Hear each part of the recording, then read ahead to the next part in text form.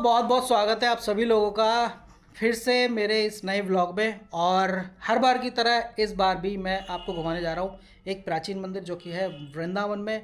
उसके बारे में बताऊँगा नहीं, आपको चल के दिखाऊँगा और देखते हैं कितना भव्य मंदिर है, कितना सुंदर मंदिर है। सबसे पहले छोड़ेंगे बच्चों को स्कूल और फिर उसके बाद चलते हैं वृंदावन घूमने। तो चलिए बने रहो मेरे साथ, चलते हैं।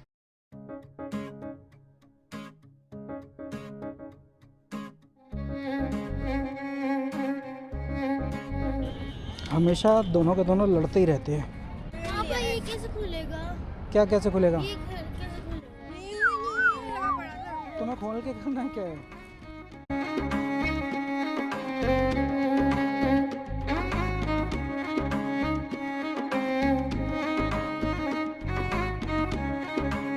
दोस्तों अभी हम आ गए हैं गोवर्धन चौराहे पे, जिसका नाम बदल कर अटल चौक रख दिया गया है। दोस्तों मैं आपको बताऊं कि मुझे कभी भी वृंदावन या मथुरा शहर में जाना होता है तो ये चौक बीच में आता ही आता है। इस चौक से आप दिल्ली, आगरा, गोवर्धन, वृंदावन और मथुरा शहर के लिए कनेक्टिविटी ले सकते हैं।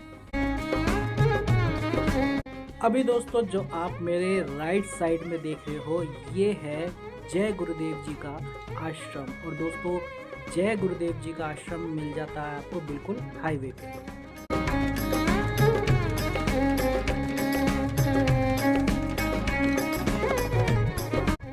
ठीक है, बाय आरू बाय।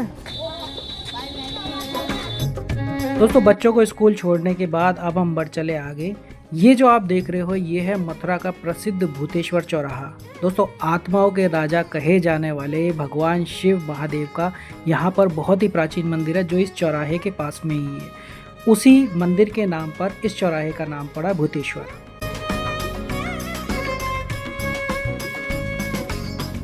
एक बार फिर से मैं आप लोगों को लेकर आ गया हूँ वृंदावन की कुंज गलियों में। इन कुंज गलियों से गुजरते हुए ऐसा लगता है मानो वक्त जैसे थम सा गया है। और इन्हीं कुंज गलियों में है मथुरा वृंदावन के सबसे प्राचीन मंदिर। समय आ चुका है कि मैं आपको बता दूं कि मैं कौन से मंदिर में आपको आज लेकर आया हूं। पहले करते हैं मंदिर में एंट्री।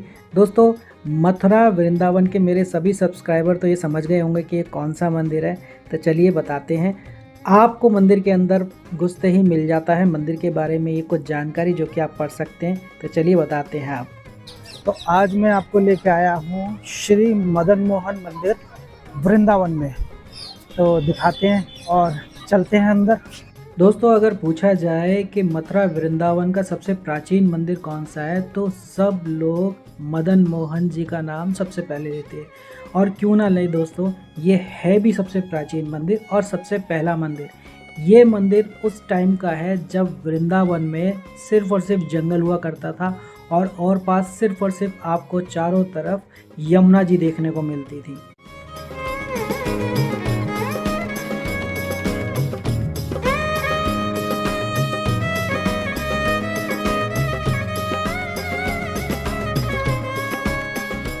दोस्तों पहले करते हैं परिक्रमा और फिर बताऊंगा मंदिर का इतिहास कि ये मंदिर मथुरा वृंदावन का सबसे पुराना मंदिर क्यों है। तो चलते हैं, पहले करते हैं परिक्रमा और दर्शन। दोस्तों परिक्रमा करते करते मैं बताऊंगा आपको मंदिर का इतिहास और मदन मोहन जी की जो इसमें मूर्ति है उसके बारे में मैं आपको सारी दूंगा जानकारी। दोस्तों कहा जाता है कि मदन मोहन जी की प्रतिमा का निर्माण श्री कृष्ण के परपौत्र श्री वज्रनाथ जी ने कराया था। और दोस्तों वज्रनाथ जी जब बुजुर्ग हो गए और पूजा करने में असमर्थ हो गए तब मदन मोहन जी की इस प्रतिमा को मथुरा के एक चौबे परिवार को उन्होंने दे दिया। दोस्तों चौबे परिवार में चौबे जी और उनकी बीवी बड़े चाव से मदन मोहन जी की प्रतिमा की रोज पूजा अर्चना किया करते थे। दोस्तों एक समय ऐसा भी आया जब चौबे जी की बीवी पूजा करने में असमर्थ हो गई और बुजुर्ग हो गई। तब उन्होंने मदन मोहन जी की इस प्रतिमा को सनातन गोस्वामी जी को दे दिया। सनातन गोस्वामी चैतन्य महाप्रभु जी के प्रिय शिष्य थे। दोस्तों सनातन गोस्वामी जी इसी टीले पर अपनी कुटिया बनाकर रहा करते थे। सनातन गोस्वामी 6 सबसे सर्वश्रेष्ठ गोस्वामियों में से एक गोस्वामी थे। दोस्तों इस टीले को द्वादश आदित्य टीला कहा जाता था। दोस्तों इस तरह से मिला सनातन गोस्वामी जी को मदन मोहन जी की प्रतिमा की सेवा करने का मौका। दोस्तों ये तो बताई मैंने आपको प्रतिमा निर्माण की कहानी। अब हम बात करेंगे मंदिर निर्माण की कि मंदिर निर्माण कैसे हुआ। दोस्तों बात है 15वीं शताब्दी की। दिल्ली के ही एक व्यापारी जिनका नाम रामदास खत्री उर्फ कपूरी था। दिल्ली से मथुरा अक्सर व्यापार के लिए वो आते जाते रहते थे अपनी नौका से। एक बार क्या हुआ, कपूरी जी की नाव यमुना नदी में रेत में धंस गई। दोस्तों 3 दिनों तक प्रयास करने के बावजूद भी उनकी नाव वहां से टस से मस नहीं हुई। ये देखकर और सोचकर कपूरी जी परेशान हो गए, क्योंकि उनका सारा व्यापार का माल उसी नाव में था और नाव निकल नहीं रही थी। आसपास घना जंगल होने के कारण उन्हें कोई मदद की उम्मीद भी नहीं थी। दोस्तों 3 दिन तक उनकी नाव इस यमुना जी में फंसी रही। अचानक उन्हें इस टीले पर एक कुछ धुआं सा निकलता दिखा। जैसे तैसे करके वो इस टीले पर पहुंचे और यहाँ पर उनकी सनातन गोस्वामी जी से मुलाकात हुई। दोस्तों स्टोरी में आगे बढ़ेंगे, लेकिन पहले करेंगे हम श्री मदन मोहन जी के दर्शन। दोस्तों मैं आपको प्रतिमा के बारे में थोड़ा सा कुछ बता देता हूँ। अभी जो हमने दर्शन करा है, दोस्तों ये प्रतिमा असली प्रतिमा नहीं है, क्योंकि औरंगजेब के हमले के बाद मदन मोहन जी की असली प्रतिमा को राजस्थान के करौली ज़िले में शिफ्ट कर दिया गया था। तो दोस्तों लौटते हैं कहानी में फिर से। कपूरी व्यापारी जी जब सनातन गोस्वामी जी के पास पहुंचे तो उन्होंने अपनी सारी दुविधा सनातन गोस्वामी जी को बताई। तब सनातन गोस्वामी जी ने कहा कि कपूरी जी आप मदन मोहन जी से विनती करिए, वो आपकी विनती ज़रूर सुनेंगे। तब व्यापारी कपूरी जी ने मदन मोहन जी से विनती करी, आराधना करी। यकायक दोस्तों वहाँ बारिश होने लगी। बारिश होने से यमुना जी का जल स्तर बढ़ा और फंसी हुई नाव पानी में तैरने लगी।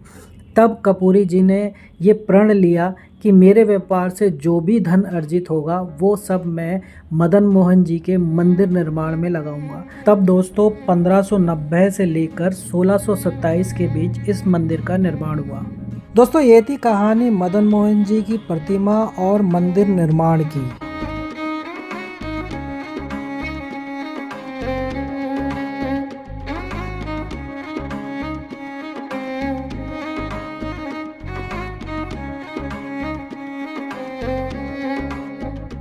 दोस्तों औरंगजेब ने कोई कसर नहीं छोड़ी थी इस मंदिर पर आक्रमण करके इसको ध्वस्त करने की।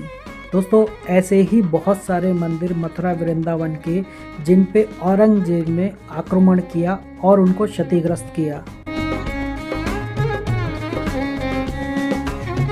दोस्तों इस मंदिर की एक रोचक बात और है कि इस मंदिर में मंगला आरती साल के सिर्फ एक ही महीने में, वो भी कार्तिक मास के महीने में सिर्फ एक ही बार होती है। और दोस्तों आप लोगों को तो पता ही कि कार्तिक मास नवंबर और अक्टूबर के बीच में ही आता है।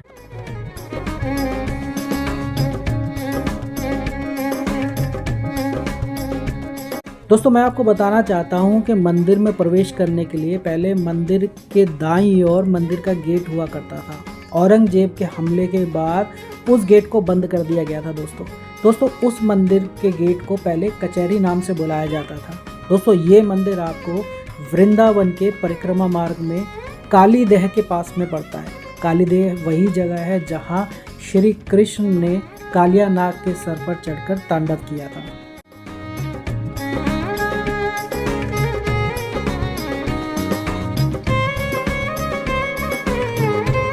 दोस्तों मंदिर वाकई में बहुत ज़्यादा खूबसूरत है। इसकी शिल्पकारी देखते ही बनती है। जब आप इसको साक्षात देखेंगे ना, तब आपको समझ में आएगा कि इस मंदिर को बनाने में कितना वक्त लगा होगा और कितना ही खूबसूरत बन के ये मंदिर तैयार हुआ है। दोस्तों ये मंदिर पूरा लाल पत्थर से बनाया गया है। इतनी डिटेल में शायद ही आपने इस मंदिर को किसी और व्लॉग में देखा हो दोस्तों।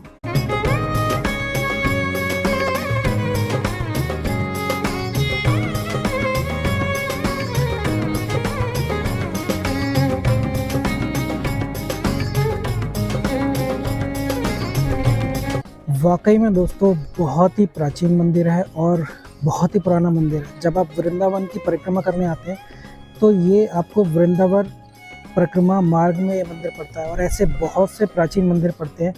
तो आप मार्ग में जब आप आएंगे, वृंदावन परिक्रमा में जब आप आएंगे घूमने, तो आप इन मंदिरों के दर्शन कर सकते हैं। बहुत ज़्यादा पुराना मंदिर है और इसका स्ट्रक्चर जब आप देखेंगे ना तो आपको पता चलेगा कि ये कितना ही पुराना है, मतलब अल्टीमेट है। तो भैया विज़िट करने आओ, ये हमारी जो है पुरानी चीज़ है, धरोहर है।